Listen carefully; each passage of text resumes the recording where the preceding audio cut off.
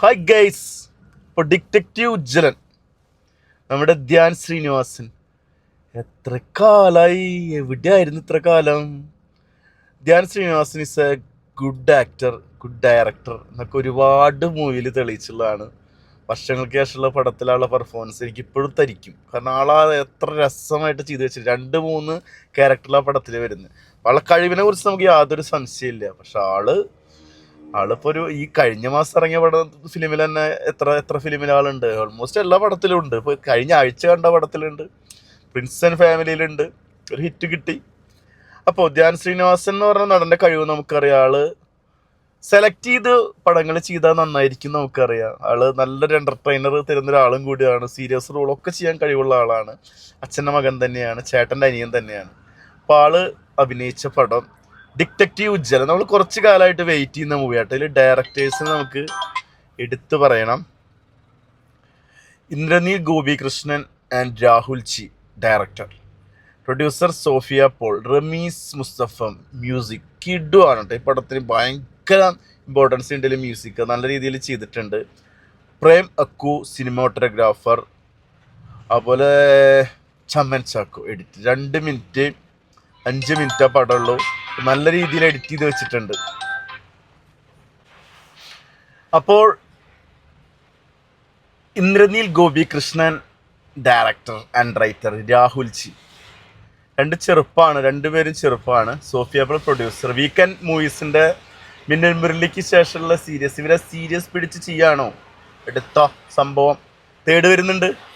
Ramees Mustafa musician. Prem Akku cinematographer. Chemman Chacko editor. കിഡു ആണ്. Technically ഒക്കെ അടിപൊളിയായിട്ടുണ്ട്. BGM പടത്തിന് കിഡു ആണ്. പിന്നെ ധ്യാൻ ശ്രീനിവാസൻ, സിജു വിൽസന്റെ കംബാക്ക് തന്നെ പറയാം. 19-ാം നൂറ്റാണ്ടിന് ശേഷം വേറെ 1-2 പടത്തിന് ഞങ്ങൾ കണ്ടിരുന്നു. പക്ഷെ ഒരു ഉടനീളം റോൾ ചെയ്ത പടം പിന്നെ ഇതാന്ന് തോന്നുന്നു. നല്ല രീതിയിൽ ചെയ്തു വെച്ചിട്ടുണ്ട്. കോട്ടയം നസീർ ധ്യാൻ ശ്രീനിവാസന്റെ അച്ഛനായിട്ട് അടിപൊളിയാണ്. റോണി ഡേവിഡ് രാജ്. ആൾ കോമഡി റോളെ പിടിച്ചുള്ളത്. അങ്ങനത്തെ റോൾ അതേ കണ്ടിട്ടില്ല. ആൾ നന്നായി വഴങ്ങുന്നുണ്ട് കേട്ടോ. പിന്നെ സീമാജി നായർ നന്നായി ചെയ്തിട്ടുണ്ട്. അല്ല അമീൻ, നിഹാൽ നിസാം ഒരു അടിപൊളിയായിട്ട് ചെയ്തിട്ടുണ്ട് കള്ളൻ്റെ റോള്. പിന്നെ കുഞ്ചാക്ക ബോബൻ എന്ന് പറഞ്ഞ 2 പേരുണ്ട്, പോലീസ് ഉദ്യോഗസ്ഥരായിട്ട് വരുന്നത്. അപ്പോൾ അവർ അടിപൊളിയായിട്ട് ചെയ്തു വെച്ചിട്ടുണ്ട് രണ്ടുപേരെല്ലാവരും. ഒരു പടം എന്ന് വെച്ച് കഴിഞ്ഞാൽ ഒരു മരണമാസ് മൂവി കണ്ട ആളുകൾക്കൊക്കെ പെടുന്ന പടം കണക്ട്. ഒരു ഡാർക്ക് ഹ്യൂമർ സബ്ജക്റ്റ് ഡെവലപ്പ് ചെയ്യുന്നതാണ്. പിന്നെ നമുക്കറിയാം ഇതിൽ വേറൊരു സംഭവം ഒരു പിടിച്ചിട്ടുണ്ട്. അത് നമുക്ക് പടം കാണുമ്പോൾ മനസ്സിലാവും. ആ മൂഡിലാണ് പടം പോകുന്നത്. അത്യാവശ്യം കോമഡിയും കാര്യങ്ങളൊക്കെ ആയിട്ട് പോകുന്നു. അപ്പോൾ പ്ലാച്ചിക്കാവ് എന്ന് പറഞ്ഞൊരു നാട്, നല്ല സമ്പൽ സമൃദ്ധമായ ഒരു നാട്. നാട്ടിൽ വേറെ പ്രശ്നങ്ങളൊന്നുമില്ല. നല്ലവരായ നാട്ടുകാരും കാര്യങ്ങളൊക്കെയാണ്. ചായക്കടയിൽ വെച്ച് എന്തെങ്കിലും അങ്ങോട്ടും ഇങ്ങോട്ട് ഏഷ്ണി പറയാന്നുണ്ട് വേറെ പ്രോബ്ലംസ് ഇല്ലാത്തൊരു സ്ഥലമാണ്. അവിടെ ഒരു സീരിയൽ കില്ലർ കൊലപാതകം നടക്കുകയാണ്. കുറച്ച് ഏജ്ഡായ ആളുകൾ മരിക്കുകയാണ്. ഏജ്ഡ് ആയിട്ടുള്ള ആളുകളാണ് സെലക്ട് ചെയ്യുന്നത്. അപ്പം അതായിട്ട് അവിടെ ഒരു ഡിറ്റക്റ്റീവ് ഉണ്ട്, ഉജ്ജ്വലൻ എന്ന് പറഞ്ഞ. അവിടെ ആനയെ പശു അതുപോലെ തന്നെ ആടൊക്കെ കളവ് പോയി കഴിഞ്ഞ് കണ്ടുപിടിച്ച് കൊടുക്കുന്നു. പോലീസുകാർക്ക് വലിയ സഹായ ഒരാളുണ്ട്.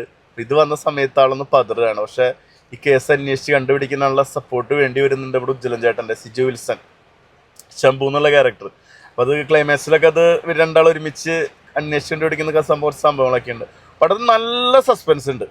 സസ്പെൻസ് നമ്മൾ പ്രതീക്ഷിക്കാത്ത സസ്പെൻസാണ് ഈ പടത്തിലുള്ളത്. കാരണം ഒരിക്കലും പ്രതീക്ഷിക്കില്ല. ഒരുവിധം മൂവീസിൻ്റെയൊക്കെ ത്രില്ലേഴ്സ് മൂവിയൊക്കെ നമുക്ക് ആരാണെന്നൊക്കെ വില്ലെന്നൊക്കെ നമുക്ക് അറിയാൻ പറ്റാറുണ്ട്. പക്ഷെ അത് അവസാനം വരെ അറിയാൻ പറ്റിയില്ല. പക്ഷെ അത് വേറെ രീതിയിൽ എടുത്തുള്ളൂ. പക്ഷെ ഇവർ കൊണ്ടുവന്ന വില്ലൻ്റെ സംഭവങ്ങൾ നമ്മൾ ഒരുപാട് പടത്തിൽ കണ്ടിട്ടുള്ളതാണെങ്കിൽ കൂടി അത് നമുക്ക് കണക്റ്റ് ആവും, രസമായിട്ട് കണക്റ്റ് ആവും. ഇൻ്റർവ്യൂവിൽ പടം ഭയങ്കര എൻഗേജ്ഡ് ആണ്. ഇൻ്റർവ്യൂവിന് ശേഷം പിന്നെ വേറെ സംഭവങ്ങളൊക്കെ ആയിട്ട് പോകുന്നുണ്ട്.